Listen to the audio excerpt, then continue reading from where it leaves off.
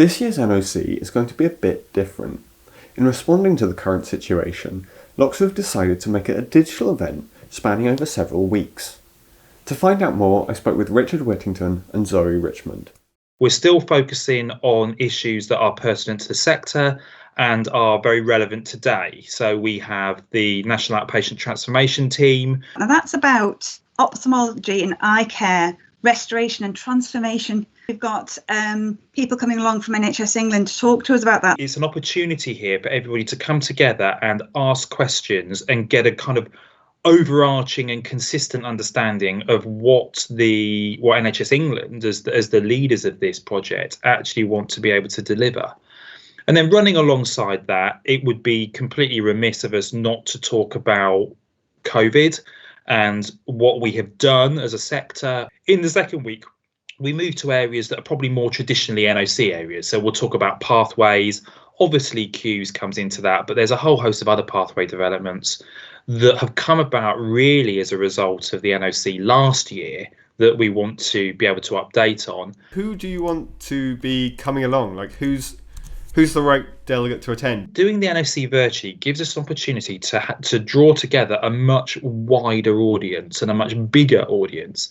So my message to the whole NOC community, in actual fact, the wider optical, in the broadest sense, community, is if you want to come, if you want to be engaged in the discussion and you want to learn, particularly around things like the Outpatient Transformation Project, then come, sign up. It's a free event. The more people who can engage with the pathway delivery process, the better, because clearly it does lend an element of validity to those particular pathways. So you can sign up for it on the AOP website. However, you can access the information around the NOC via the LOCSU website. If you go to the front page, there's a banner, just click on that and that takes you through.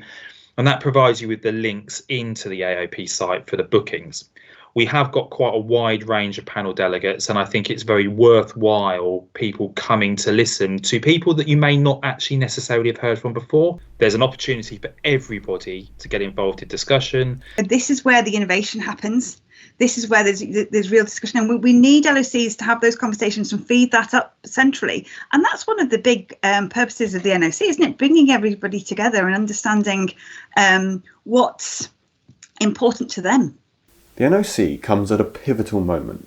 The NHS is looking at ways that things are going to be structured going forwards. For the past maybe 15, 20 years, we've seen an NHS structure that for extended services is based around localism. That's why we've had so many CCGs. That's why there's been so many different services. To be frank, that's why it's been difficult to get traction everywhere, because there's just so many conversations to take place with so many different people. What is happening now is a shift away, not necessarily from localism in terms of how services are discussed and how discussions happen, but certainly localism in the way in which they're commissioned. We have an opportunity here to start to look at services being commissioned on a wider geographic level and probably with slightly less variability, which means that the pathways that get used become the absolute underpinnings of those services.